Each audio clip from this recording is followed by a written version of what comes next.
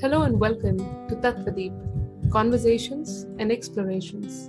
For our first episode on physics, we sat down with Dr. Tim Maudlin. Dr. Maudlin is Professor of Philosophy at New York University and founder and director of the John Bell Institute for the Foundations of Physics. He has a BA in Physics and Philosophy from Yale and a PhD in History and Philosophy of Science from Pittsburgh.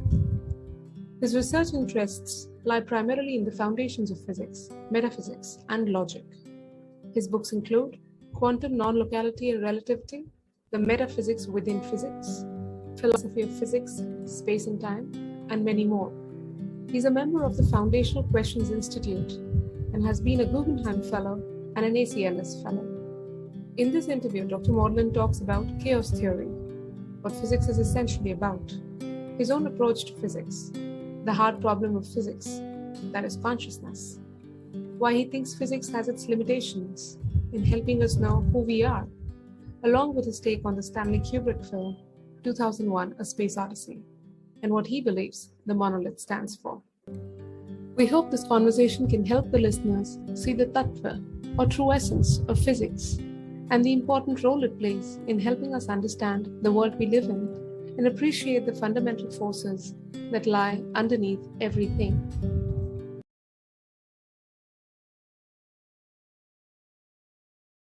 Hello, Dr. Maudlin. Welcome to Tattvadeep. Thank you. We're very, very happy to have you with us, and we're really looking forward to this conversation. So we'll just get started, I guess. Great. Okay, so for my first question, there's a bit of a background that I need to spin. And I just request you to bear with me on this. So have you seen the film Jurassic Park? The first one that came out in '93, right? Yeah. Right. So a long time ago, but yeah. Okay. So, let's see then. Do you remember the character Jeff Goldblum played in it, a chaotician? Yeah, a little bit. I mean, Jeff Goldblum sort of plays the same character in most of his movies, but yeah. Okay. No, in this film specifically, he was a chaotician.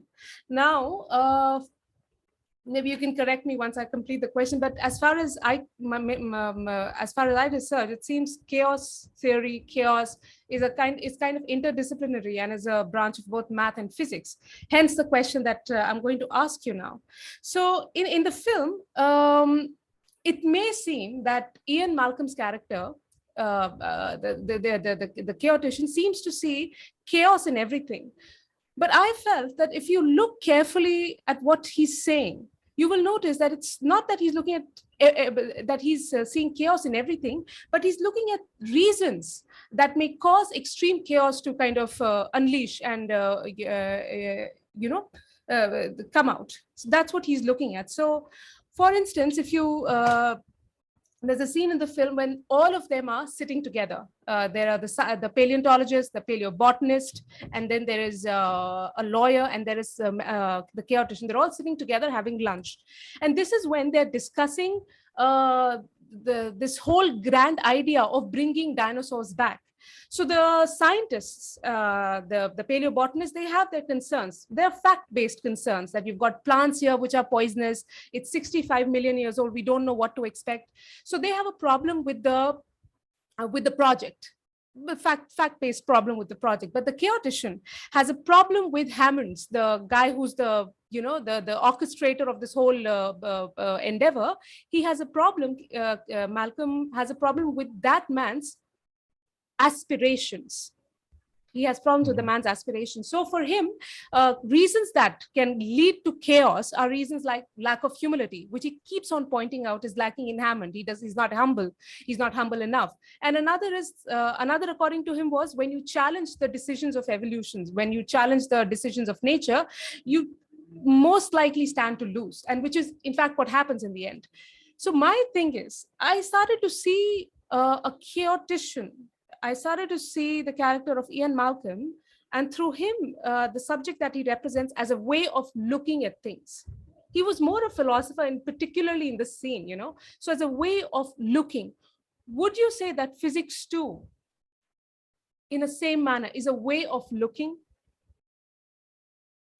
Okay, so maybe that's a good place to begin to understand what goes on with physics. So chaos theory has a very definite, precise mathematical meaning. And it's not that hard to understand. We're all familiar with the idea that sometimes a tiny change can lead to larger changes, which lead to larger changes, or a tiny difference may be better. A tiny difference can lead to bigger differences, and it just ramifies out. Right. And that's illustrated in lots of movies. If you've ever seen the movie Sliding Doors or the movie Run Lola Run, these are movies where somebody dodges a dog a different way, and then after that, because of they're running a little late, or they're, things then go out differently, or somebody just misses getting on a subway train, and then because of that they're a little late where they're going, and because of that they see or don't see something else. Seemingly insignificant differences ramify out. Okay, and so that's it. And Benjamin Franklin, I guess, had this, for want of a nail, the horseshoe was lost, the shoe was lost for want of the shoe, the rider was lost for want of the rider, the battle was lost, and so on, that all because of a horseshoe nail, right? One tiny little thing, and that leads to something else, and leads to something else, and leads to something else. So that's something we're all familiar with. And that means all by itself that the world's not really going to be predictable for us, because there's so many factors that have to come into play to bring about events that we'll never really be sure when we start out with a project how it's going to end up, or if we introduce a piece of technology, what all the ramifications will be, because the world is just too complicated. Now, chaos officially is as a definition systems where that situation is everywhere all the time. Tiny little differences in the way things are will become big differences later on. They'll add up. And that makes the world extremely unpredictable in detail. That's the actual world we live in. Weather is like that. I mean, people talk about the butterfly effect, right? A butterfly flaps its wings, and then because of that, the air currents are a little different. Because of that, the clouds form a little differently. And because of that, the rain falls a little differently, and the crops grow, and there was another a famous science fiction story by Ray Bradbury with time travel, where somebody goes back in time and steps on a butterfly, and when they come back, as it were, the world is entirely different because the lack of the butterfly. So that's all. Chaos theory is just saying, and it's a matter of analyzing exactly how a system works to say, gee, it's like that. Now, they're compensating things. So, for example, the other side of chaos theory is what we call a homeostatic system, which tends to be very robust against changes. So if you need to get to a meeting on time, and okay, some little thing happens that delays you, but then you walk a little faster to make up, and you end up getting, so there are other ways that systems can go the opposite way, that they tend to accumulate, that they tend to account for or react to little changes so as to bring you to a certain endpoint. Right. And the world has both of those. Right. All right. Thank God for that. Now, those are just facts. I mean, to understand how chaotic a system is. And I should mention one thing, which is that when I say a system is chaotic, it doesn't mean it leads to a chaotic outcome in the everyday sense, where you say, people running around crazy in the street is chaos. But chaos just means if things had started out a little differently, they would have ended up quite differently, which is not something you can see, because you see what happened, but you don't know what would have happened. Right. If things had been different. Right. So it's just a matter of analysis of different systems, how chaotic they are and in what ways. Right. Now, it's true, as you say, that can lead you to think about the world differently. For example, not to be so obsessive about trying to plan out your future if you say, it's hopeless. I mean, no one can really predict what's going to happen, and you're always taking chances, and you should just accept that and not, not get too upset if things don't go the way you thought, and be prepared for things to go differently than the way you think. So that can affect your everyday life, just to reflect on that. And maybe that's what you mean by it leads to certain reflections on the nature of the world. Right. So I was just, thank you for explaining so clearly what chaos theory is. That was wonderful. So, like you also guessed, what I was trying to say is that when you have that kind of way of looking at things, because of the kind of work you do allows you to look at things like that, you can bring that insight into your life and take advantage of these insights, right? So physics that way, what would you say physics? We see physics as a subject, it has experiments, it has all these things around it, but in its essence, would you say that it is a way of looking? Now, we can talk about what is it looking at, but let that be another question. But is it a way of looking when you're choosing physics to study, or when you're using physics to study something? Basically, what you're bringing in is a way of looking at the world or whatever. Would you say that is a right way to say what physics is, in essence? Well, I think I would say science, a scientific attitude, a scientific approach is a way of trying to understand the world. But that would cover biology and chemistry and astronomy and other scientific disciplines. And that approach is one where, you mentioned experiments and observations, where you first of all start out knowing you don't know how things are, and also understanding that it's hard to find things out, and also understanding that the theories that you have could be wrong, and you should, you only have a certain amount of evidence, and you're always looking for more evidence, and you're always thinking of alternative explanations. I would say that's a general approach. Physics is then a particular example, where the subject matter, given by the subject matter, but I don't think physics is that different from the other sciences. But a scientific approach in this sense is quite different from, say, usually kind of religious or other kinds of things, where people form beliefs or without thinking, all right, what's really the evidence and what are the alternatives? I mean, to take religion as an obvious example, someone once said, I don't know who said this, but it's an interesting observation about science versus religion. They say scientific belief tends to be uniform over space and change over time. That is, especially now, what scientists believe all over the world is pretty much the same, although it's different from what they believed 50 years ago, because they're updating. Whereas religious belief tends to be stable over time and not stable over space, right? So you have this region, there are a lot of people who believe Hinduism, and then this region, there are a lot of people who believe Christianity, and then and that tends to just stay stuck there.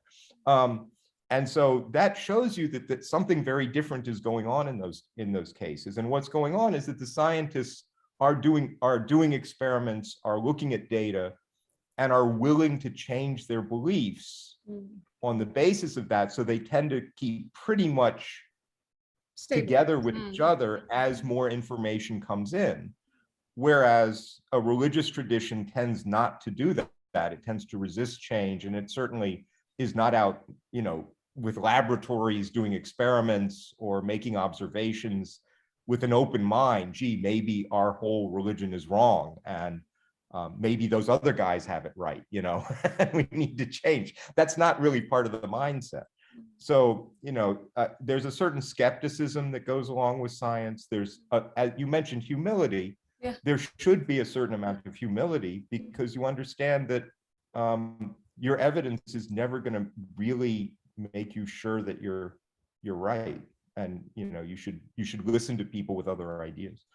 Right. And I think staying on this topic of humility, and I have done some research, right? Watching some videos, watching some documentaries, films, and everything. And it seems something like a phrase kind of caught up, maybe not right now, but maybe 2 years back, something called the end of physics. For instance, they said if we are not going to be able to find Higgs boson, the God particle, that'll be the end of it, because it's supposed to determine, as far as I can understand it, the existence of everything else, something like that. Like it's the fundamental thing, is it? Is that right? So, well, not. I mean, it's kind of the other way around. I mean, well, I'm not sure exactly what you said. The worry was if you find the Higgs boson, that will be the end of physics, because everything will then be explained. Yeah, exactly. Yes. There's nothing more to do. You sort of finish the game, and they. That turns out, first of all, not to be true, because they have found the Higgs boson, right? And there's still lots of work to do. Yeah.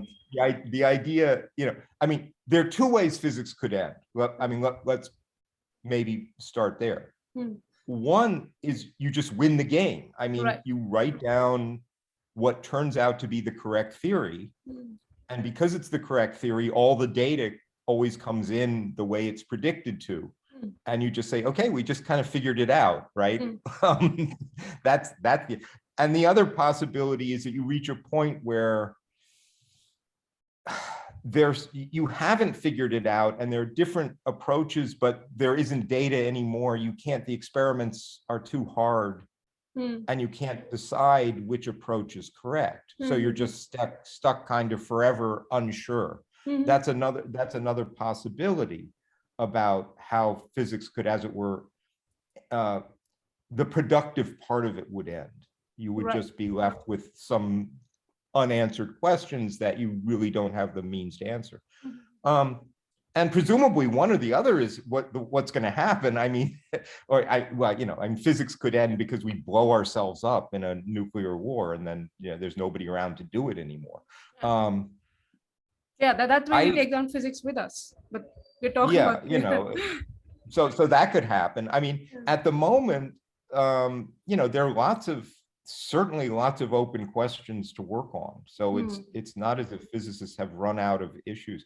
And the other thing to mention is that even if you could finish physics, it wouldn't finish science. So biology, biological questions, evolutionary questions, economic questions, all these things are not suddenly going to be answered just if you get physics right. Right. Because there are different levels of analysis in the world, and different ways of understanding things. I totally agree. And that's where I thought perhaps it sounded a little vain to me. So, and I'm outside the physics community, so I think maybe I can say it like that, because keeping that humility intact, that and allowing yourself to say, yeah, okay, I'm a little bogged down right now, I'm a little disappointed right now, things are very difficult, it's really difficult, instead of thinking that physics might end. I thought that was a really strange claim to make. That's what I felt, and I thought humility here, it's always a good tool to have in your toolbox. Anyway. Yeah. Right. So now that we were talking about physics and science broadly as a way of looking, we'll stick to physics for our session here. What would you say that physics is looking at?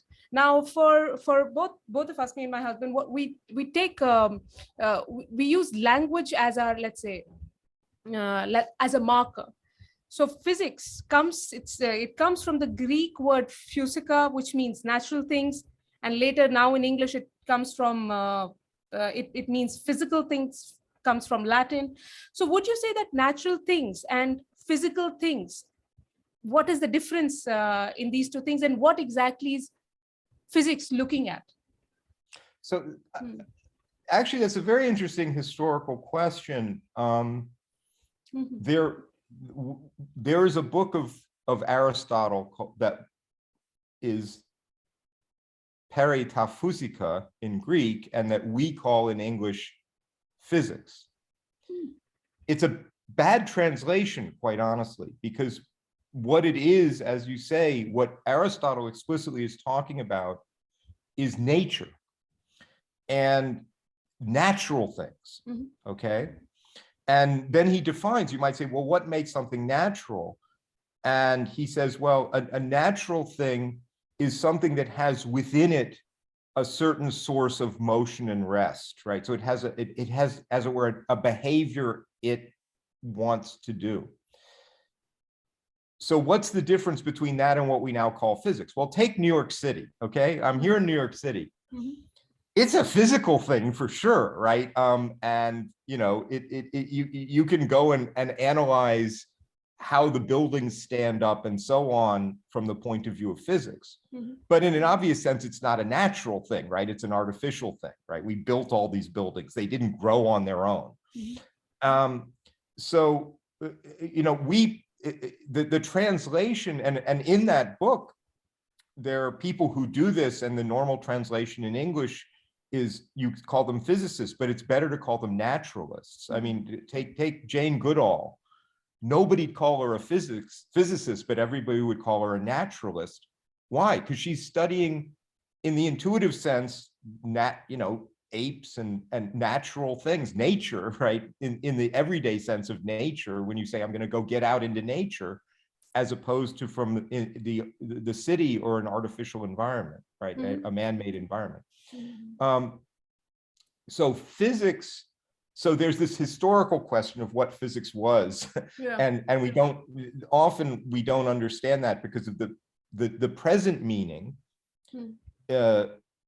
of physics is not natural versus unnatural, right? In the present sense, everything in space and time, everything we could interact with is physical, right? And so physics covers all of that. It covers in the intuitive sense, of course, all of the natural environment, but all of the unnatural man-made environment as well, and stars and everything else. So physics, among the sciences, among the empirical sciences, physics has a kind of universality that none of the other ones do. And I often illustrate this by saying, look, every biological item is also a physical item, right? So, you know, a biological, an animal, whatever it does, there's a way in which a physicist could approach explaining that. But it's not the other way around. It's not that every physical item is a biological one, right? So a rock, you know, a biologist is just going to say, that's not in my domain. You know, that's not in my wheelhouse. I don't study rocks, right? My field of study is a restricted part of physical reality, the living part, right? And the geologist is going to say something else, and the economist is going to say something else. The physicist, I often say, you know, there's this excuse that sometimes people have, which is that's not my department, right? That's not what I study. But the physicist never has that out. No matter what happens, there better be a physical account of it. Right? So there is a kind of programmatic universality to physics that doesn't exist for the other sciences. And all pervasiveness, an ability to also explain it. Something like maths? Explain it in physical terms. I mean, and again, this is where you have to be careful. Physics will explain something in physical terms, but there may also be a biological explanation. There may also be an economic explanation. There may also be a psychological explanation that are different than the one the physicist will give, and give you insight that you don't get out of the physics. So it's not that the other sciences reduce to physics, right? Because they're explaining things using a different set of concepts. Right. So what you're saying is it can explain everything, but the way it'll explain will be limited to how physics would see it, how physics would best be able to explain it. That's right. That's right. Great. So now natural things or physical things, and now that it's looking at everything, it has the potential and the ability to look at everything. That's amazing. What insights would you say? Physics as a subject, it's large, it's also ancient, but wherever we stand today in this time of ours, what do you think are some of the insights that physics has been able to glean from what it has been looking at for so long? Some insights that we can use. Well, narrows down the question. insight, I mean, Richard Feynman, I'll just start with Feynman, the physicist, famously said at a certain point, and I understand what he was getting at, which was correct. He said, well, if somehow you could only pass on, if there was going to be some horrible crisis and you could only pass on one sentence to the future of humanity that has to rebuild, and you wanted to pass on the insight we've gotten from physics, what would that sentence be? And he said, I think matter is made of atoms. Really? Okay. Yeah. Oh, that's strange. And okay. if you think about it, you know, it's not obvious that matter is made of atoms. And the amount that we're able to comprehend about the world in terms of just the atomic theory of matter, the everyday world and why it does what it does and so on, it is really quite astonishing. And Aristotle, go back to Aristotle, Aristotle didn't believe in atoms. He thought that matter was continuous. And if you had water, you could always take half of that and it would be water, and half of that and half of that and half of that forever. But we think, we know now, you get down to a single water molecule, H2O, and you can't cut it in half and have two pieces of water anymore, right? So there's a, you know, there's that about the structure of matter. We kind of understand, and that this, again, there are always hints, there's more out there. We now think that everything that happens in the world is determined by four basic forces: electromagnetism, the gravity, and these two forces, the strong and weak nuclear forces. Okay. And that's not much. I mean, a set of four is pretty small. Now, physicists are always trying to get four down to three, down to two, down to one. That's what the search for a so-called theory of everything is. This is what the string theorists sort of thought they could do, is they could even get it all out of a single kind of thing. Right. But four is pretty small to think of, look at all of the variety in the world around you, look at all the stuff there is and all the stuff it does. And to say, well, basically what that is a bunch of atoms interacting in these four ways. That's a kind of astonishing conclusion. And that seems to be pretty much correct. Now, if you ask me, how does that affect your everyday life? The answer is it really doesn't. I mean, if they come up with a fifth force tomorrow, and they may, you always reading, if you read the science magazines, oh, there's hints of a fifth, will that change my life? Well, no, I'll still get up and have breakfast, and, I mean, life and everyday life will go on. So a lot of physics, people mine it for kind of metaphors and things of a different kind of significance. But a lot of physics is just physics. If you're not interested in physics as such, it's not as if everything that happens in physics is going to have much meaning for you. Now, there are things that happen in quantum mechanics that are really surprising. And to me, that most of my career has been trying to understand quantum mechanics. Right. But again, they're not things that will affect my everyday life. They're just, I'm just interested in how it works. I'm just nosy. Okay, I'm just kind of curious. And it turns out that the way physics works is quite distant from your everyday way of thinking about things, but not in ways that will mostly affect the rest of your life. Okay, so maybe we can, I'd like to stay here for a little longer. So we had, the first series we had was a series of conversations with mathematicians. So now, why we are doing this series in the first place, Dr. Maudlin, is, see, we are non-experts. I'm not a mathematician. I'm just curious. My husband is, he's a teacher of spoken Tamil, like he teaches languages, he looks for patterns in them, but we're not like certified experts in any of these subjects that we're talking to people about. We're genuinely curious. So why are we curious? Why the hell, right? Because there is something these subjects are bringing to the world, yes, which we can see in their physical form, but there is also something else that is allowing these things to work. Something that is something essential is going on, and that's what we want to look for, and to see that if these insights can be applied in our life, because we're very, very, very focused that way. So for instance, one of the questions I asked a mathematician was, you have been dealing with problems. Okay, it's a very layman term to call whatever it is that a mathematician does, but yeah, you're dealing with problems. It's been your client for all these years. What has doing math told you about the nature of problems? Now, the answer that she gave me was so wonderful, and I could kind of reconcile with it in my own life. Being a non-mathematician, she says that now when I look at a problem, I know it's made up of subparts. So I look at the subparts, and suddenly the problem is not this big problem, it's smaller problems. And these smaller problems, I find myself more equipped to deal with, and sooner or later, answer yields itself.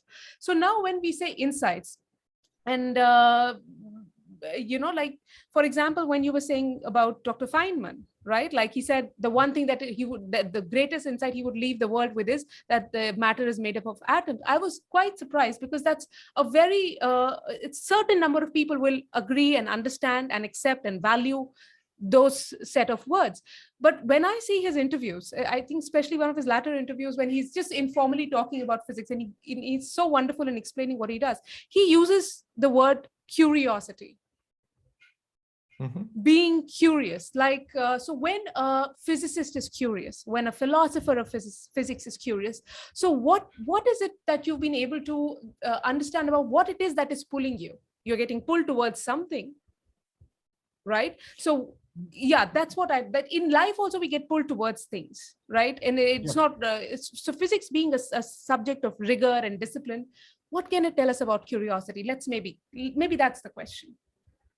Well, there are different kinds of curiosity, and I think I should say, I often have said this, when my undergraduate degree was a joint degree in physics and philosophy, and then my PhDs in history and philosophy of science.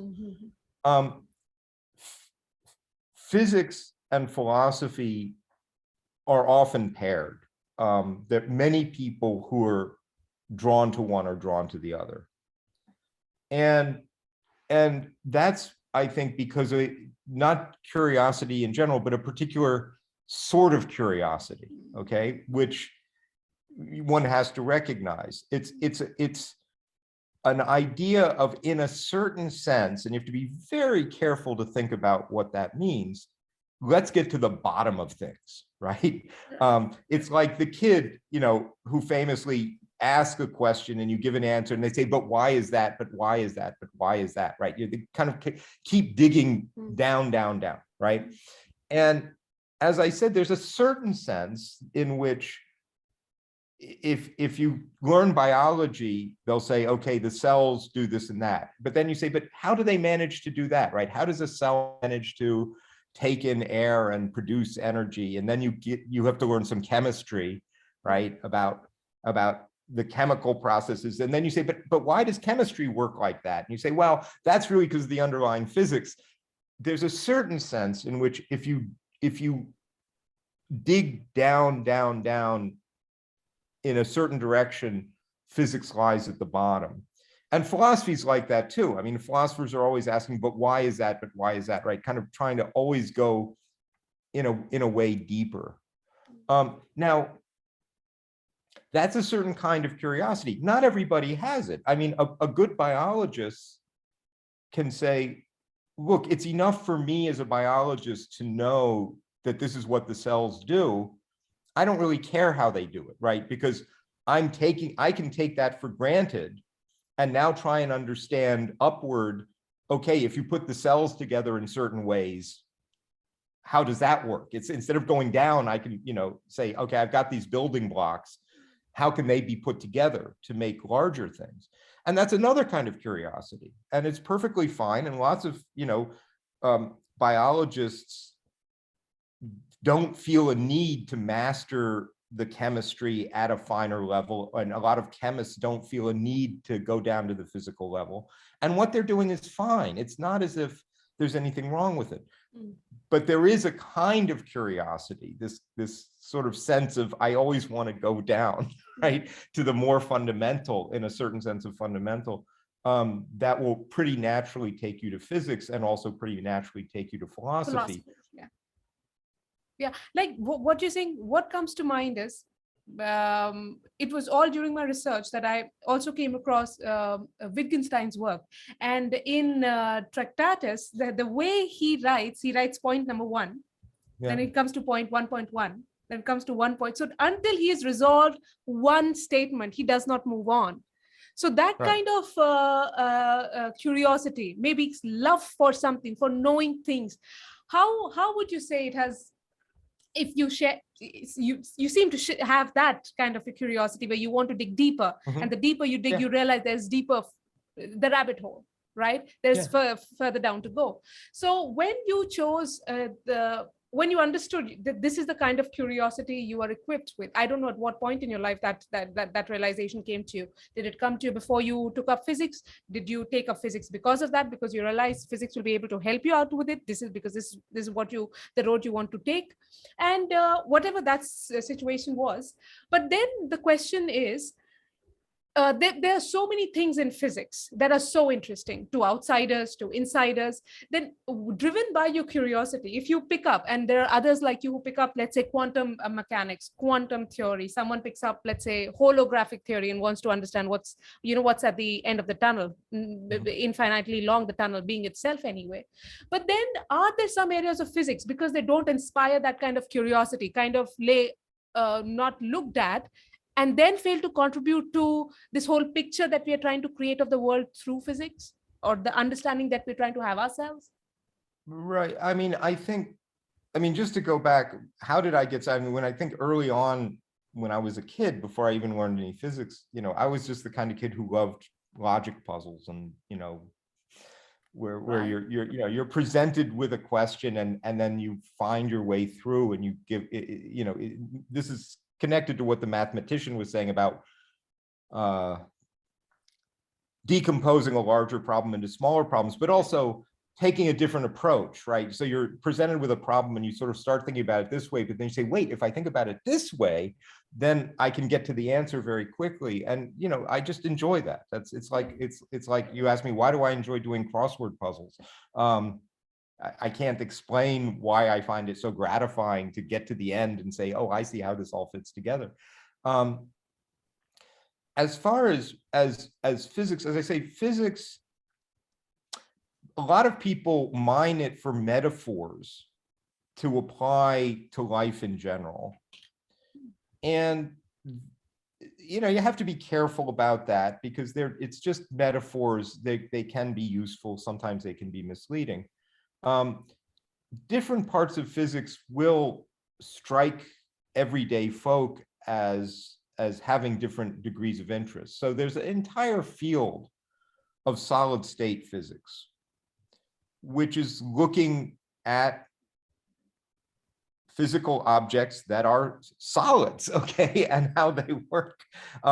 Now, high energy physicists, when you think of these like CERN or these big particle colliders, and you think of physicists doing that, that's not solid state physics, because you're dealing with things at very, very high energies that can't stick together, and you're just banging particles into each other and seeing what comes out. It sort of has a drama to it that attracts many people. And I would say not that many people would say, oh, you're in solid state physics. How exciting, okay? Even though it's the solid state physicists, for example, that figure out how to make computer chips that are smaller and more, and they work out things that are more important to technology, and at the end of the day, more important to our everyday lives than the high energy physicists. Okay. But there is this kind of sense of, well, yeah, you're just looking at the solid state. You've narrowed your focus in a certain way, and it goes against this, again, this drive for universality, right? This drive for understanding everything, with not drawing a boundary around where your interests are. Right. So, and yeah, I mean, I'm just a nosy person, right? In ways that some people aren't, and they would find it odd that I would spend so much time trying to understand basic physical principles, right? Because someone could say, well, why? I mean, why aren't you studying, trying to understand the royal family of Norway and its exact history? I mean, that's something you could study, and some people would be more interested because, well, they're dealing with human beings and kings and queens, and there were courts, and it affected the people, and they could say, to me, that's much more engaging than worrying about what happens when an electron hits another electron at high speed. And this is not something there's a right or wrong answer to. It's just, people have different interests. Yeah. And so that's wonderful, the things that you said. And of course, you're a philosopher, and you're a thinking individual, and you think, like, if you have to think something, you can just start thinking about things and you can walk down a certain road. But here, because you're a philosopher of physics as well, physics provides you with a lot of impetus, with a lot of things to think about, okay, yeah. Yes. So now, from whatever you know and where you stand in life today, like in terms of your experiences and, all of that, what would you say, what can you say that physics has been able to tell us about who we are and what the world is about? Okay, so I'm going to disappoint you here, but I don't think physics has told us anything about who we are that's going to answer the question that people have in mind when they ask that, right? That's more at the level of psychology and biology. Okay. I think if you want to understand yourself and other people, you should be talking to psychologists, not physicists. I have a physical body, and I'm only able to think and react and have emotions and deal with the world because I am at some level a physical thing. But as a physical thing, all there is to say about me is, yeah, I'm governed by the strong force and the weak force and gravity and electromagnetism, like everything else. And the one thing you get, and it's not even so much out of physics, but certainly the allied astrophysics or astronomy, cosmology, of course, it puts a perspective on things. I mean, you understand how small the Earth is and what a tiny part of reality our everyday life is. And you get a little bit the same thing when you just go microscopic and you think, gosh, I mean, here I am, but I'm all, there are billions and billions and billions of cells or atoms or whatever. So it does pull you out of the everyday perspective, which is nice. I mean, it's useful because we get often too caught up in media and the internet and everything. But in terms of deep insight into the kinds of questions I think you have in mind, I just don't think physics provides it. And you're not looking in the right place. Okay, but I would also say this. See, I think also it needs to be defined, what do we mean by who we are? It's not an easy question to answer, even if I'm talking to a psychologist or a biologist. It's not an easy question to answer. I completely understand that, because we're made up of all these bits and parts, and we hardly notice ourselves. But remember the example when you were talking about chaos theory. When you tell me something like this, that yes, it's complex, and it's complexity built on complexity built on complexity, and a little change here could lead to a totally different outcome, but you also have the power to override it going in a negative direction and make it go your way. You can, yes, you miss the bus, but you can call a friend and get to work on time. Still, it can happen. So people know these things, and they can turn around and tell you, I don't need physics to tell me that. But to know that there is a fundamental truth in things acting that way, perhaps, which also means why life is the way it is. You know what I'm trying to say? Like, there was the American philosopher, amazing individual. He's no more with us. His name is Manly Palmer Hall, right? Theosophist, if I'm not wrong. And he said something, he summed it up in a phrase in some sense. He said, man is a small universe, the universe is a large man. It's, you can walk down that lane and, break it down into what he could have meant. But these kind of insights, yeah, I need not talk to a physicist, but I know that they're in the realm of thought. I know that they're in the realm of ideas, and that they seem to be constantly discovering new things. There's a realm underneath it all, which is I can't see. What does that tell me about me? Because I've also seen a lot of people, and who say this, that you are just a speck in this vast arena, you're just a speck. And I've seen some of my friends, some people I know, sometimes on TV, this is being propagated as a almost a belief, no longer maybe an idea, but which people don't very well understand. And it seems to come from a place, not in your case, you were explaining something to me, but how these people, the non-experts, when they pick up something, people like us, when we pick up something as an idea and we run with it, it seems to come from a place of anger. You see how small you are, you see how little you are, you better be in your place. So something like that these ideas, like you're saying, metaphors that jump from physics into real life. And then because we don't look into it seriously, we tend to just take it whichever way we want. So that's what probably I was trying to get to, like, okay, not about me and about the world specifically, but there are things that physics is observing and philosophers are observing, right? Right. I mean, again, people often deploy metaphors. I had a colleague who was not really a philosopher of physics, but she got interested talking by a very odd route, and she talked to a lot of physicists, but also the Dalai Lama, and she was kind of a mystic. And there, people who will, say, oh, quantum mechanics tells us such and such about everyday life, or how you should approach the world, or something. And I once had a conversation with her, because there is this kind of physically amazing thing called entanglement that happens in quantum mechanics, where even though you have systems that are distant from each other in space, nonetheless, physically they're interconnected in ways you can quite specifically talk about, that are quite surprising. And she liked to say, oh, that tells us how we're all we human beings are all interconnected, and we should care for each other, and so on.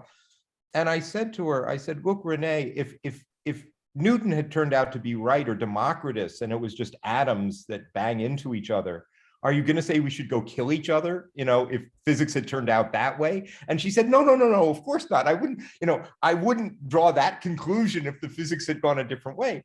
And then you realize, look, you're not really drawing this conclusion from physics. You're just using the physics as a source of metaphor to express something different. There's a whole question of value, right? There's the whole question, the philosophical question of what's a good life? What should I aim for? Should I spend my life trying to make money? Is it more important to, develop friendship? Is it more important? And these are, central questions to everybody. And again, physics isn't going to answer those questions for you.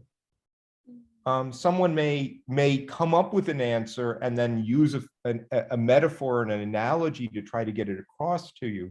But don't think that the details of the physics are going to give you answers to those questions. They're not. Okay. So it's interesting that we've had conversations on mathematics. After that, we had a series on continuing on language. And in both, we've had one each of, there's been a philosopher of math, there's been a philosopher of language, and now we have a philosopher of physics. So the one question that I've been asking them is, what is it that the philosophy of math or language, and now physics, bringing to the table of physics? Well, I like to say, quite honestly, that the field I work in, it's not a field that's academically recognized as such. I like to say the field I work in is foundations of physics. And there are people who work on that who are in physics departments and have physics degrees. There are people who work on that who are in math departments, who are mathematical physicists and have math degrees. And there are people in philosophy departments. And we're all interested in the same question, which is this kind of fundamentally, what is the physical world like? How does the physical world work at a certain level of, as I said, at the bottom? And in order to get at that, you need different, different intellectual tool sets, and the different people usually bring strengths in different things. So you actually have to understand the physics. You have to understand mathematics, because mathematics is the language in which physics is written. You have to understand basic conceptual structures and how logical arguments work, which is what often philosophers bring, is to remind you, gee, this argument has a hidden premise, or you're assuming this, because often, you know, that very good physicists can make mistakes in their argumentation, in their logic, because again, that's not really their subject matter. And so, but the best physicists at this, which were like Einstein was brilliant, John Bell was brilliant, they would have made excellent philosophers. And they studied philosophy. I mean, they were interested in philosophy just because they were very careful thinkers, and they were aware of the assumptions they were making, and those assumptions might be wrong, and you should think about other ways things might go. That's a kind of thing that philosophers tend to bring to it. But there's a philosophy of everything. I mean, that's why philosophy is, you know, for any subject matter, there's a philosophy of that, right? So there's biology, and then there's philosophy of biology, there's math, which is just, let's ask some very basic questions about what's going on here in this field.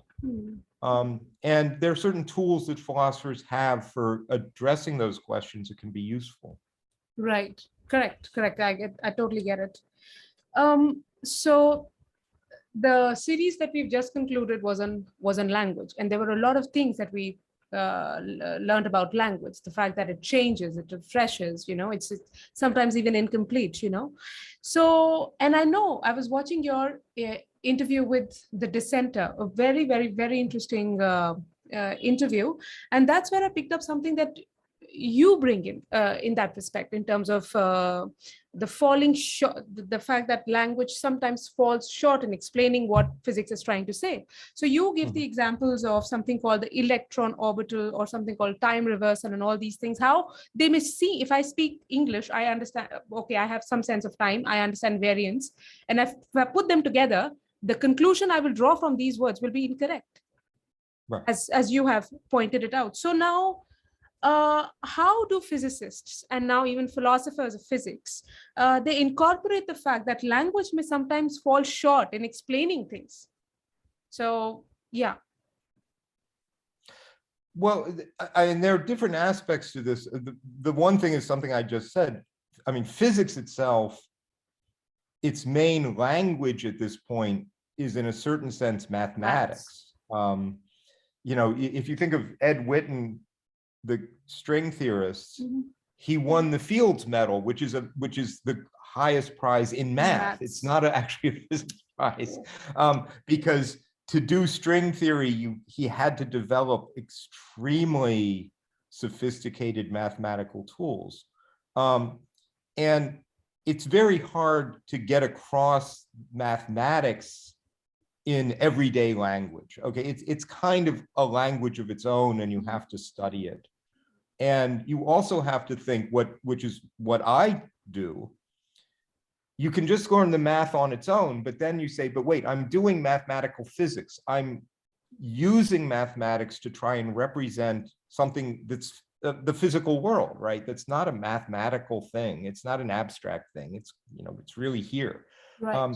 How is the math used to represent the physics, right? What's the relationship between the mathematics and the thing it's supposed to be representing?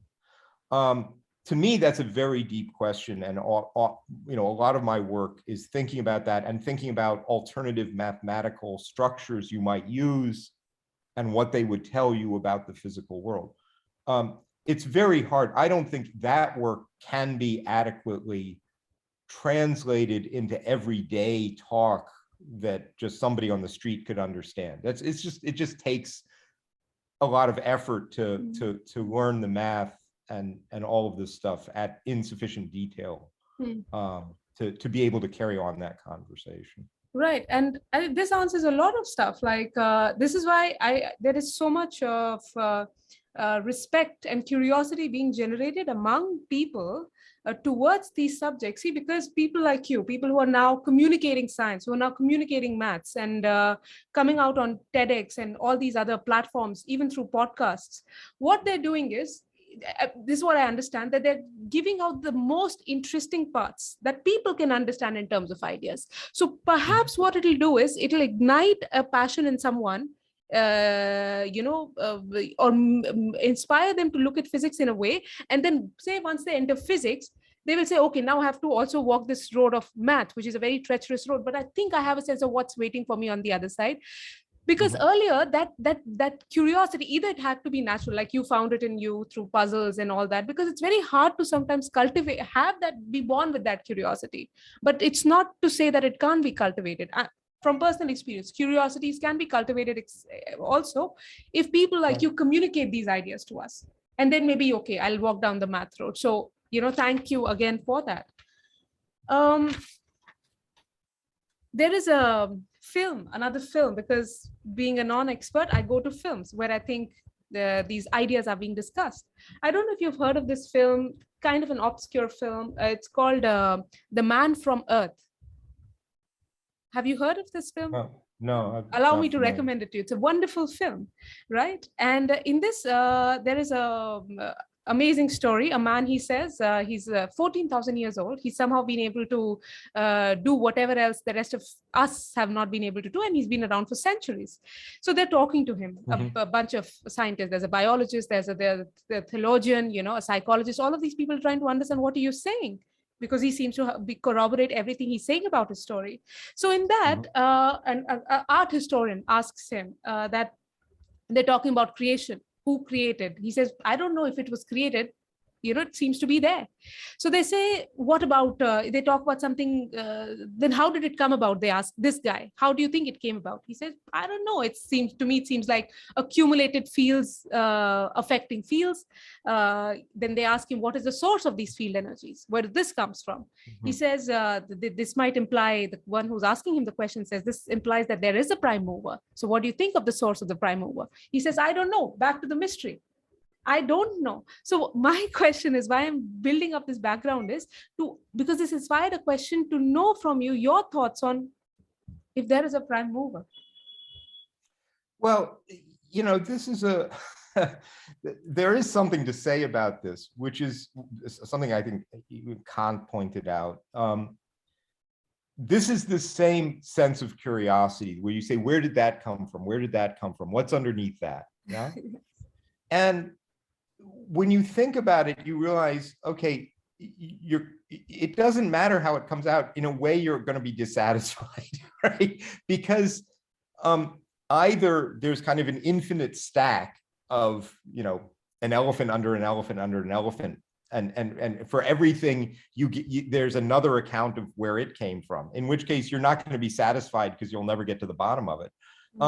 Or there's something at the bottom, in which case you're going to say, okay, but why that? Why that rather than something else?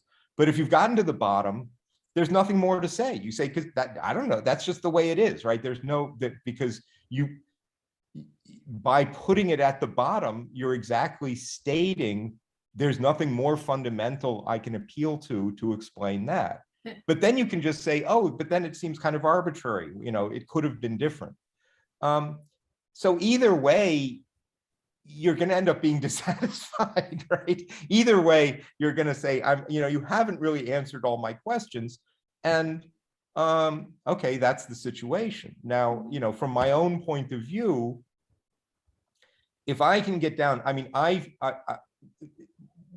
and this is, many physicists feel this way. So you say, gee, look at all I can explain just if I have electromagnetism and the strong nuclear force and the weak nuclear force and gravity and so on.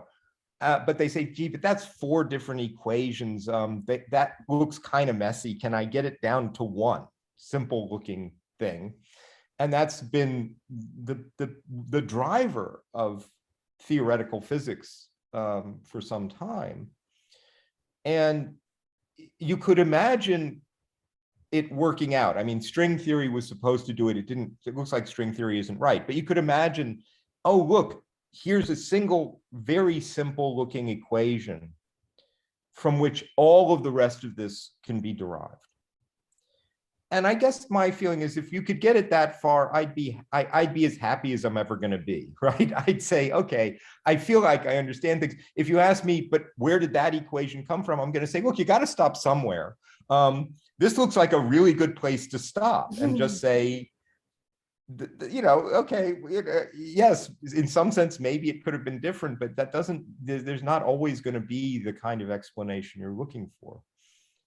When you get down to the very bottom, by definition, because it's the very bottom, there can't be anything underneath it. And if it seems simple and not complicated, that's as much as I think one can ever hope for. Yeah, so you're saying why stop, when you can keep, that's what you said, right? So now, you've heard of this book, it was called A Wrinkle in Time. Mm-hmm. Even a film came out in 2018, right? Mm-hmm. And in that, what happens is there's an astrophysicist, right? His name is Alex Murray, and he's very keen on unlocking the secrets of the universe. What else? And find the source and shake its hand. Something like this. This is his goal. Mm-hmm. And then what he ends up doing is there's a whole sequence. He finds the right frequency, and that he ends up going in a place far from the planet, and he loses 4 years of his life. So one is you don't stop looking. One is probably also don't look that way. You know what I'm saying? Like there are these things, and these are religious things that, if God put it that way, why touch it? Or it's too sacred, or it's, or nothing is sacred now, we say, which does not mean anything bad. It probably means don't fear looking into it. But is there a place where physicists say, where they get so overwhelmed by what's coming their way that they say, let's just close the chapter on this for now. I don't have the, energy reserves needed to keep looking. Again, it's so, as you say, some people, they pursue this and they think, gee, maybe I could get to God. But of course, if you're the kind of person I am, I'm going to say, yeah, but why is God like that rather than some other? Where did this God come from? Why, if you're happy with God not having any further explanation, why weren't you happy with physics not having any further explanation? I think it's just an observation about the physical world when you look at it at cosmological scale, that it doesn't look like it was designed by anybody for any purpose. It's just, you've got all these stars and all these nebulae and all this stuff, most of it dead, most of it with no life in it. It's incredible to think that all of that exists for us, right? Which was part of the traditional, Judeo-Christian story that there is this God that created everything with us at the center. Well, we're not at the center. We know we're not at the center. We know the Earth is just a planet. There are other planets. And, if you look at the universe, you wouldn't point your finger at the Earth and say, oh, it was all for the sake of that. That doesn't make any sense. So where do you stop? As I say, I think the only natural stopping place is not that you feel like you're getting into danger or anything, but you get down to something that's so simple and kind of beautiful mathematically that it seems compelling in a certain way. And you say, well, that it looks like that's the bottom right there. I've hit it.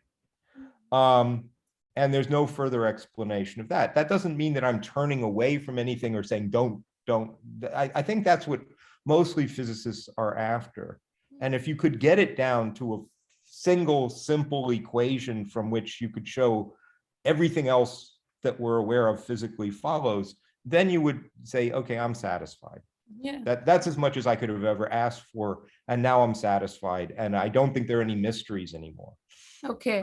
About physics. Right. This idea of simplicity seems to be another thing that's shared, I'm sure, from what you're saying. Physicists share it. I remember reading On the Road by Jack Kerouac, and I don't remember the exact sentence, but my husband pointed it out to me. It said something like, the day I'm able to write something simple, let's say, I'll be happy with myself, and he's written so many books. So this, we seemed, at least right now in the last, let's say 200, 300 years, we seem to have come to a place where desiring the simplicity seems to be very natural to us. We might not know how to get there. And maybe that's what the whole confusion is about. I don't know. But to have that desire for simplicity, I don't know if simple things and simplicity is the same thing. I don't know that. But it seems like it seems very natural for us to desire beauty, whatever it may mean, differ from for us individually, right? In every aspect, and simplicity. These two things seem to also be what mathematicians, the patterns that they see seem to, it, like you said, it seems compelling to them. It's so natural. The response seems so natural, right? Right. Right. And I mean, it's interesting in the case of mathematical physics, and this goes back to what I was mentioning before, you also think, okay, there are different mathematical languages that you can try and frame your physical theory in. And sometimes by using one mathematical language, it looks much simpler than in another. And you feel like, oh, I'm getting insight out of this. I have a better understanding because I found the right way to frame it mathematically. And I find that very compelling. And that's a lot of what I work on, is that right now I'm trying to develop a novel kind of way of doing geometry, because it seems to me things come out easier in it, and I feel like I'm making progress. I mean, this does, whatever itch I have, that satisfies, and often that sense of things, is what mathematicians. I think mathematicians would have a hard time distinguishing mathematical simplicity and mathematical beauty. I mean, in a way, a beautiful mathematical proof is a simple one, right? It has few steps. It seems to get you down to the bottom of what's really going on. And so I think, in a way, in mathematics and often in physics, there's a certain sense in which beauty and simplicity turn out to be pretty much the same thing. And this goes back, Democritus, to the ancient Greeks, when Democritus produced the original atomic theory, and said, well, by convention color, by convention flavor, by convention hot and cold. Sorry, could you say that again? In reality, atoms in the void, right? So there's this very stark image of saying, at bottom, it's all just atoms floating around, banging into each other in the void. That's a very simple thing to say. And that all of these other things, all of this profusion of color and flavor and, trees and people and all of that, they're just arrangements of atoms in the void. That's a kind of simplicity, right? That's a kind of, and there is a weird kind of beauty that, I mean, some people might find it very depressing if they say, well, you mean all of this is nothing more than just atoms bouncing around? So some people might not find that uplifting. But it does have a kind of stark simplicity to it that certainly, Democritus found compelling. Right. And so these are in our attempt to get to the grand unified theory. And right now we have these four boxes in which we can put all of our understanding in terms of physics. So this is a place of coming to. Now, when I spoke to the mathematicians, they have a place of coming from, which they call the mathematical axioms, right? Physics also has these first principles and these axioms that it lifts off from. Are there any axioms there in physics? Well, axiom is an interesting word. It does go back again, really to mathematics. Euclidean axioms. Axioms were just, and it comes back to simplicity. Axioms were supposed to be principles that were self-evident. That is, axios means worthy.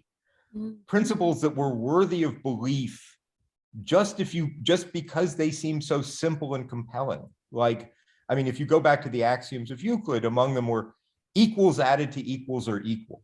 Right. And you say, yeah, that seems right. I mean, how could I deny that? That seems just true. Okay. And if you ask me, but how do you know it's true? Can you prove that? You say, no, that's the kind of thing that is so self-evident that it doesn't require proof. It's the thing on which you base proofs, right? That's what the axioms were.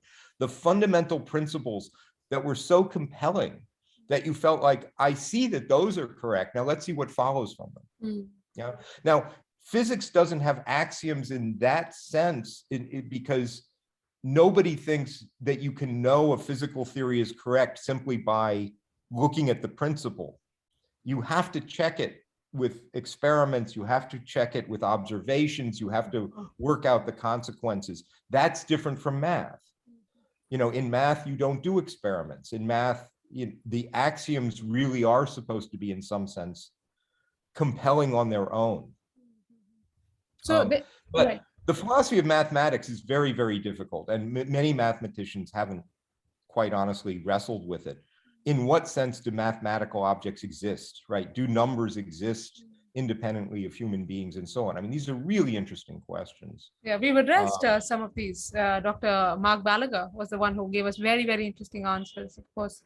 And so then if there were first principles, guiding principles, after talking to you, it seems to me for physicists, a certain kind of curiosity. So curiosity fundamentally, whatever form or shape it takes, then a love for going deeper into things, getting to the bottom of things. And as Einstein had put, he said, a quote from him was, the most beautiful thing we can experience is the mysterious. It's the source of all true art and science. So a love for mystery. So love and a love for mystery. These seem to be the guiding principle. Very noble, they seem to me, that physicists at least take off from. Is that correct? Would that be right?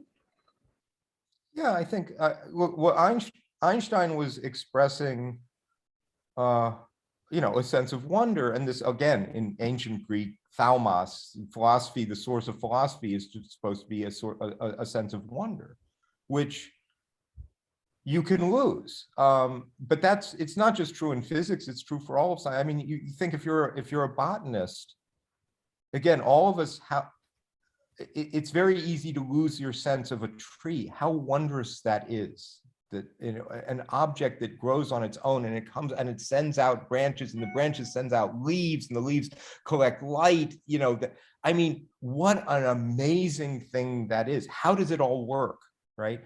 But if you see trees every day, it's a tree. Okay, I've seen trees. What are you on about? So that sense of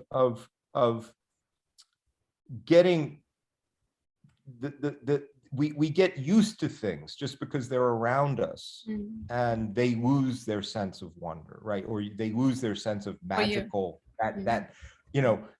What a complex, interesting thing that is. How does it really work?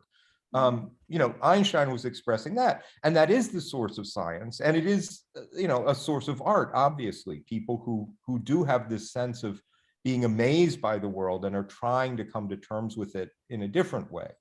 But for an artist, not in a way that you can go into a lab and say, gee, here's my hypothesis about how it all works. Let's test it. If you're an artist, you're doing something else. So, again, another film, I'm sure you've heard this one, Interstellar. Right. So there is Michael Caine's character is a physicist, right? And they are just sitting, and many years have passed, and this group of scientists would go on to look for another planet. They haven't returned, and Michael Caine's character is still trying to solve the equation, right? And he's sitting, and the time is going on, and so they're worried about what's going to happen. So he says, I hope I am able to solve the puzzle of gravity before I kick the bucket. So he's talking to someone. She says, don't be so morbid. His response is, I'm not afraid of death. I'm an old physicist. I'm afraid of time. Now, what do you think he could mean? Like, what do you think he could mean by I'm afraid of time, not death? Well, I mean, in the context, I don't remember the context of that I could understand someone saying that is, so here's a thought. I don't know if it's his thought. You can reconcile yourself to the fact that you're going to die. I mean, yeah. You know, we are. I mean, you know, it's one of these weird things that nobody likes to think about the fact that they're going to die, even though everybody knows you are going to die. Everybody dies. And I think one can reconcile that. In the apology after he's been sentenced to death, Socrates says something very interesting. He says, look, he's talking to the jurors who voted for him. And he says, gee, people think death is a horrible evil, but it seems to me it's one of two things. Either it's nothing. It's like a dream, a dreamless sleep, right? You just don't exist. And he says, well, if that's true, usually you think having a nice night's sleep without nightmares is great, you know, is fine. He says even the great king of Persia could count on fingers of one hand the days that were better than a good sleep. So why should I be scared of that, right? Wow. If I just cease to exist, if it's the end of everything, okay, it's the end of everything. I'm not around to, it's not going to bother me, right? I won't be there to be bothered. Why should I be scared of that? Right. Or he says, or there's an afterlife, and then he says, but then I can go bother all these famous people who died and, you know, ask them questions, and that'll be a lot of fun. So he says, why am I so he's reconciled. He's not scared of death. To say you're scared of time in the context where you think, all right, I know I'm going to die, and I'm not scared of that, but there are some things I would like to accomplish before I die, right? And I only have so much time, right? You know, then I'm scared of time because I think I might not, you know, complete the projects that I'm engaged in or get the answers I've been interested in. And I'll be happier if I can do that before I die. I take it that's what he's expressing, and that makes perfect sense to me. Okay. You also talk about, in one of your other interviews, about consciousness as the hard problem of physics. Well, it's the hard problem. I mean, it is the hardest problem there is concerning things in the physical world, which is, you know, how is it that some physical objects have, support, create, whatever you want to call it, consciousness? I don't think it's a question that physics, qua physics, is able to address. I don't think physics has the resources to address it, and I don't think anybody has the resources to address it, quite honestly. That's why it's a hard, you know, it's such a hard problem that you can't even imagine what a solution could look like. Yeah. And, you know, and you compare that to something like physics, where you say, well, I know what a good solution would be. It would be a short, simple equation from which all of those things follow, right? I don't know what that is. I don't have it, but I know what it would look, I know what I'm looking for. In the case of the problem of consciousness, there doesn't even seem to be anything that would count as solving it in a satisfactory way.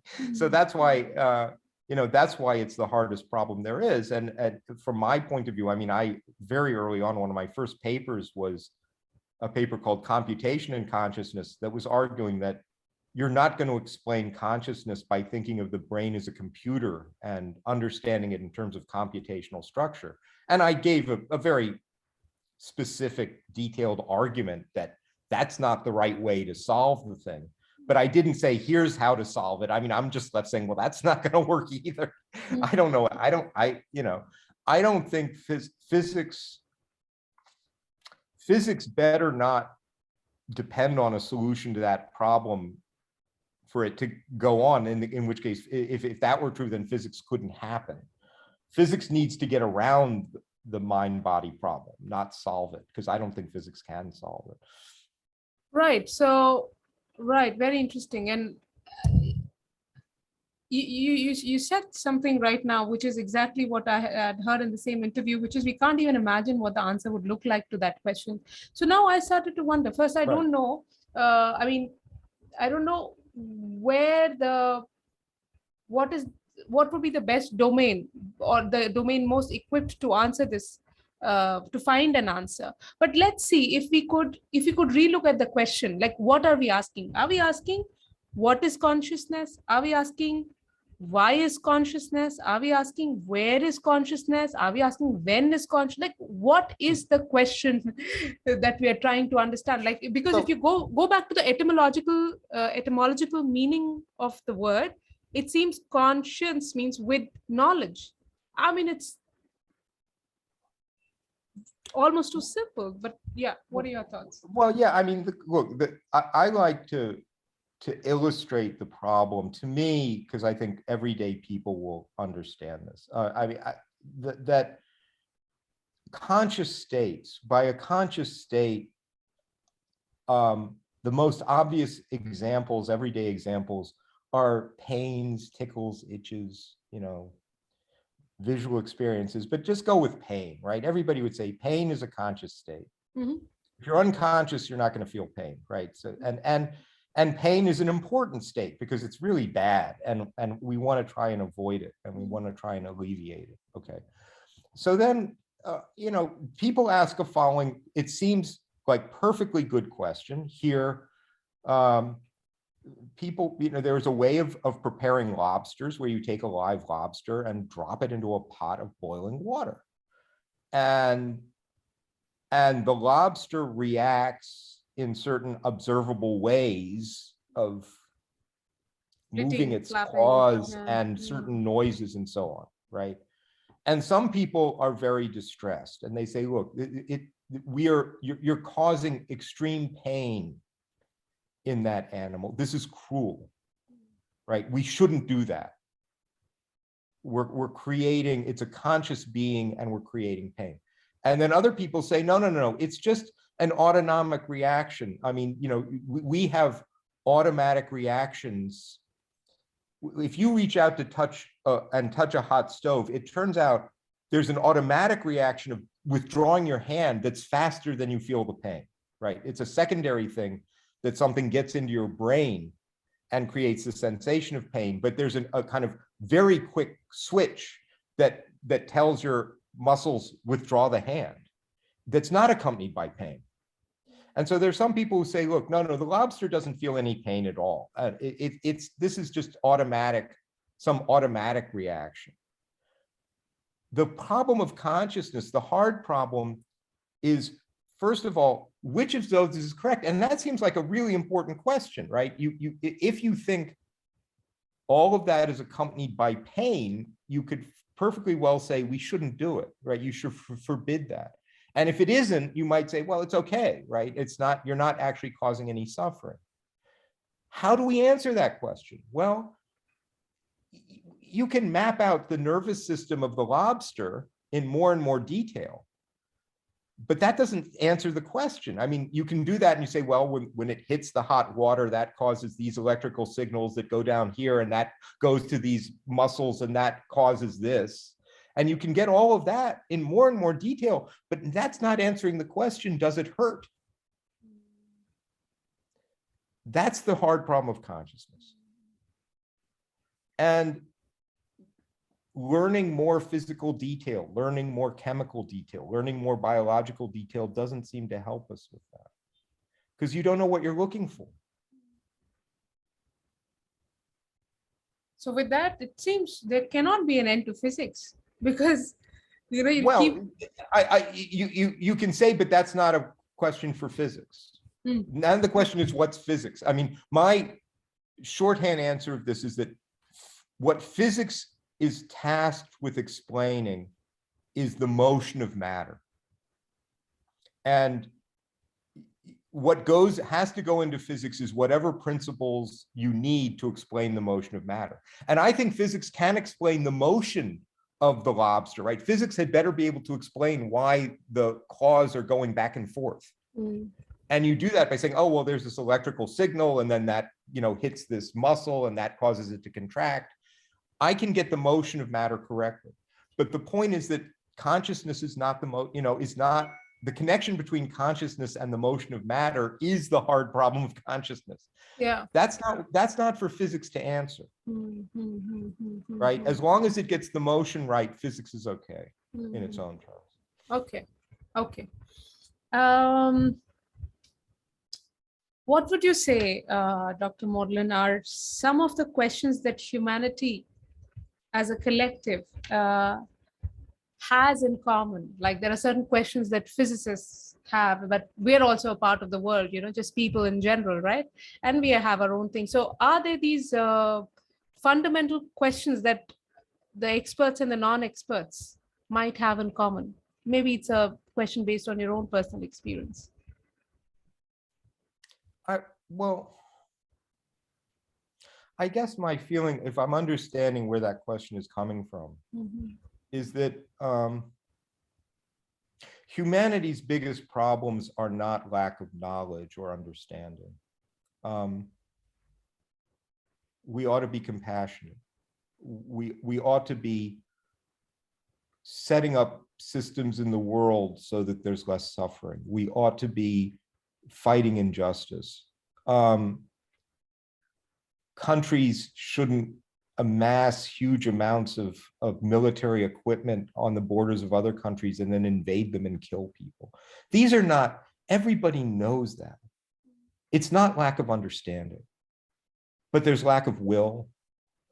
There's lack of, to a certain extent, lack of decency, lack of ethics, of people living up to what they know is correct. I mean, in the United States, we're always stuck with this paradox that the founding documents said in them all men are created equal at a time when slavery existed as a legal institution. So the ideal was there and it was not being lived up to. And it took, a war, and it took, years just to get rid of slavery, which everybody in some sense knew was wrong, but people profited from it. People's livings depended upon it. Those are the problems of humanity. And there are problems of character, and there are problems of will, and there are problems of decency. They're not so much problems of knowledge, because I think the basic moral principles are known. If you say, do unto others as you would have them do unto you, that's a nice, simple axiom. If everybody lived up to it, the world would be, And I feel sometimes like the whole world is like a lab where we can experiment with these ideas, like consciously, and see what we can, get out of it.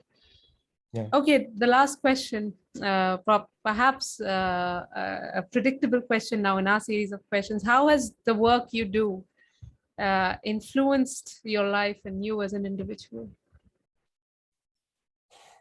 Well, that's, again, I kind of know. I'm just nosy. I mean, I just have this kind of curiosity, right? I have been privileged, have this amazing privilege to have the ability really to just spend my time looking into questions that interest me, and that I find really compelling, and try to come up with solutions and talk to other people who are doing the same thing.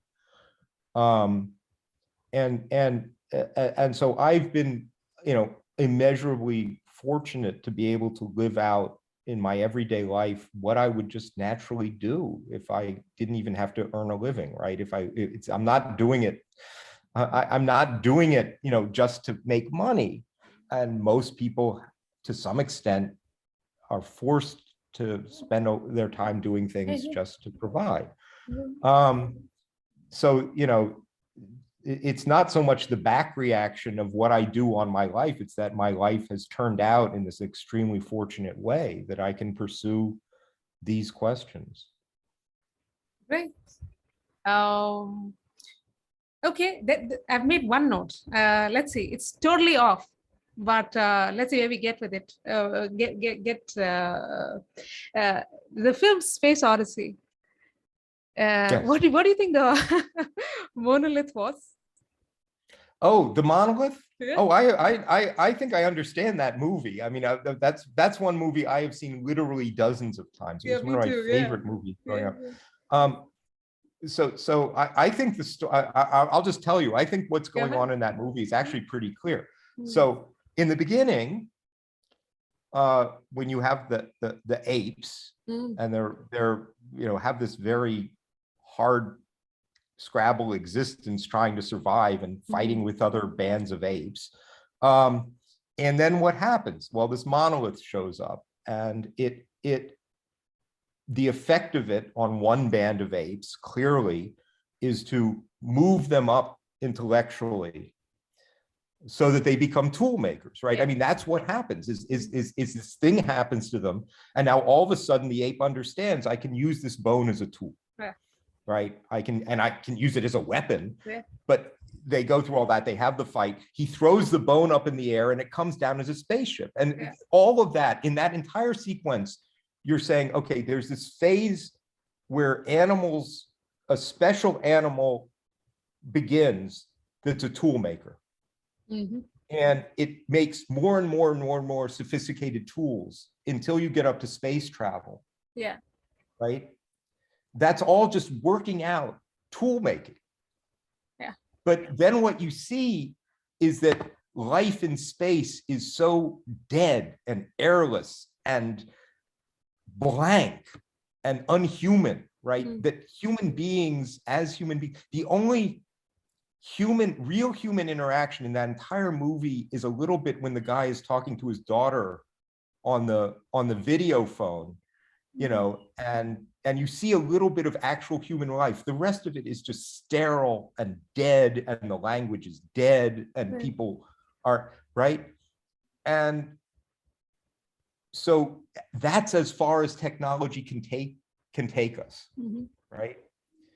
And then this other monolith. So what's the monolith? The monolith was put there by this advanced civilization that gives this impulse that takes the apes and makes them into tool makers, and then buries this other monolith on the moon, so that when that technology has gone as far as space travel, then it sends out this alert. Okay, these guys have gotten this far.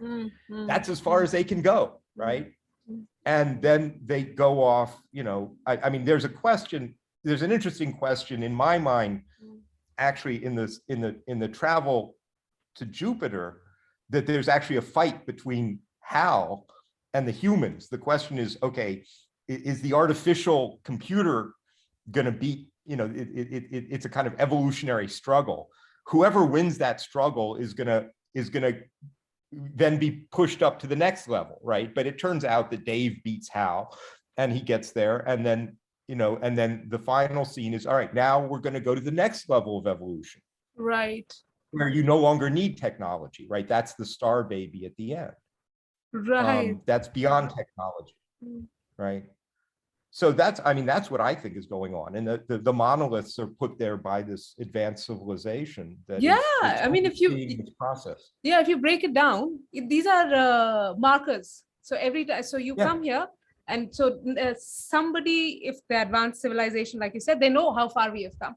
So then, does it become like, what about free will? What about time? Like it seems to me a matter of time. Like, I've seen the bone; it was always there, bones lying around. Finally, I have this impulse. Like, I think that sounds like the right word to me. The impulse suddenly comes from, because they say we don't know where our thoughts come from anyway. So let's, impulse. We'll settle for impulse, right? And the impulse is to use this now. And there are two ways to use it. You can use that as a tool to something, or as a tool, as a weapon for something else, like to create appearances, to say that I can hurt you. That's something that we do. And then it's a matter of time from there to get to the other marker, which is on the moon, the monolith, which is on the moon. It's all a matter of time, how long it takes us, because that's where we are headed. Is that what the sense that you get from the film, that it's so determined that we're getting somewhere? It's just a matter of time. What will keep us from getting there? And then again, it's a matter of time, which will keep us from, please. Right, there's a certain potentiality in tool making. Now, it's true. It's true in the beginning they use it as a weapon to attack the other apes, but they also use it as a weapon to kill the pigs or whatever they are to eat. I don't think the weapon. When you get to the future part, there's no real sense that there's Weaponizing? Militarization going on, right? This is just kind of pure technology. There's kind of an internal logic to pursuing technology for technology's sake. And it has its limit, it's going to end up somewhere, but that may not be where you really want to end up.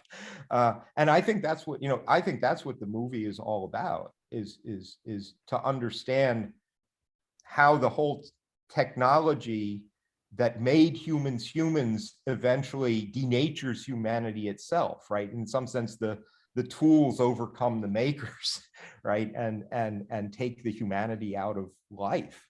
And then you need to do something else, right? And of course, it's time, right? It's just the internal logic of developing technology over time.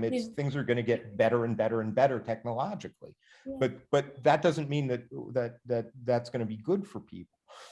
And perhaps there is a sense of consciousness that we can't understand or measure underneath at all, which makes us use one thing as this or that. So maybe how we make our choices, maybe we can get a sense of what consciousness is from there, because the chimps used it as both as defense and as a weapon, and also to feed themselves, and they will be the ones who will end up becoming the future of the race, will end up going to space, right? Right. But you also see, I mean, look, if you think about it this way, this idea that the technology has taken over and, as it were, overcome. So originally for the apes, it's clear that this tool making is good for them. It helps. They're in this terrible environment. You don't see a blade of grass. I mean, it's all just, you struggle for existence. Yeah.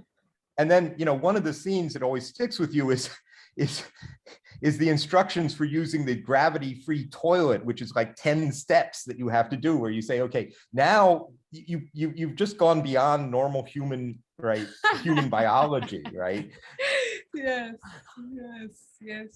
And you've accomplished so much, but now to get back to the basics, here are the new 10 steps. Nice. I never looked at it like that. So I think we can do a whole conversation on just some of these films, because apart from people like yourself, films have been doing the talking, or have been talking on behalf of physics and biology and mathematics, for a long time. And people have been getting a sense of these things from these films, but it's a one-way street. You can just go back to your friends who have the same amount of knowledge as you have, and a little bit of back and forth happens. But with an expert, you can really get in deeper, take a deep dive into things. So thank you, Dr. Maudlin. This was the most interesting, way of looking at things from a point of view of a philosopher of physics. And I hope you had a good time as well. I had a really good time. Yeah, I had fun. So thanks for asking me. Sure. My conversation with Dr. Maudlin helped me see physics as capable of explaining everything in the physical world in physical terms. It also helped me understand how some of the metaphors we borrow from physics might actually mean something totally different in the domain of physics, and why we should think carefully before giving these metaphors our own meanings. It will be wonderful to know your thoughts on the interview, and if it inspired your worldview in any way. Thanks for being here. I will see you soon with another interesting mind demystifying another interesting topic. Until then, take care.